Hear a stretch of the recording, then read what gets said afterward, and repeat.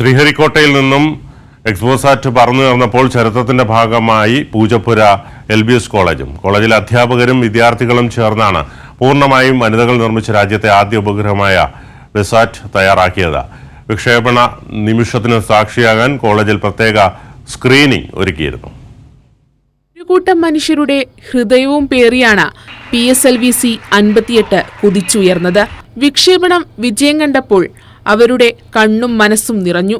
Poojappura LBS കോളേജിലെ അധ്യാപകരുടെയും വിദ്യാർത്ഥികളുടെയും 4 വർഷത്തെ അധ്വാനവും കാത്തിരിപ്പും സാധ്യമായ നിമിഷം. വളരെയധികം സന്തോഷം തോന്നുന്നുണ്ട് ഈ മൊമെന്റിൽ വിസാറ്റ് സ്പേസിൽ എത്തി എന്ന് അറിഞ്ഞതിൽ. അതോടൊപ്പം നന്ദിയാണ് തോന്നുന്നത് കുറേ ആൾക്കാരോട് ഇതിനെ സപ്പോർട്ട് ചെയ്ത് ഇതിനെ മോട്ടിവേറ്റ് ചെയ്ത എല്ലാ ആൾക്കാരും.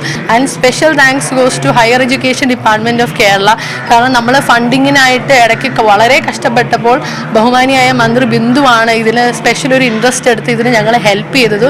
സോ മന്ത്രിയോടുള്ള പ്രത്യേക നന്ദി, ഞങ്ങളുടെ എൻറ്റയർ ടീമിൻ്റെ പേരിലുള്ള നന്ദി ഞാൻ ഈ അവസരത്തിൽ അറിയിക്കുകയാണ്. കേരളത്തിലെ കാലാവസ്ഥാ വ്യതിയാനത്തിൽ അൾട്രാവയലറ്റ് വികിരണങ്ങളുടെ സ്വാധീനം മനസ്സിലാക്കുകയാണ് വിമൻ എഞ്ചിനീയർഡ് സാറ്റലൈറ്റ് എന്ന വിസാറ്റിന്റെ ലക്ഷ്യം. പരീക്ഷ കാരണം വിക്ഷേപണം നേരിട്ട് കാണാൻ സംഘത്തിലെ ചിലർക്ക് കഴിഞ്ഞില്ല.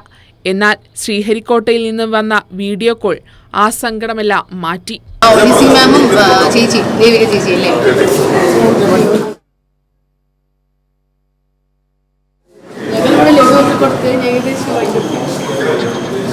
വിക്ഷേപണം വിജയകരമായി പൂർത്തിയായി.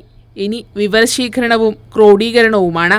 അതിലും പൂജപ്പുരയിലെ LBS കോളേജിലെ അധ്യാപകരുടെയും വിദ്യാർത്ഥികളുടെയും പങ്കുണ്ടാകും. കൈരളി ന്യൂസ്, തിരുവനന്തപുരം.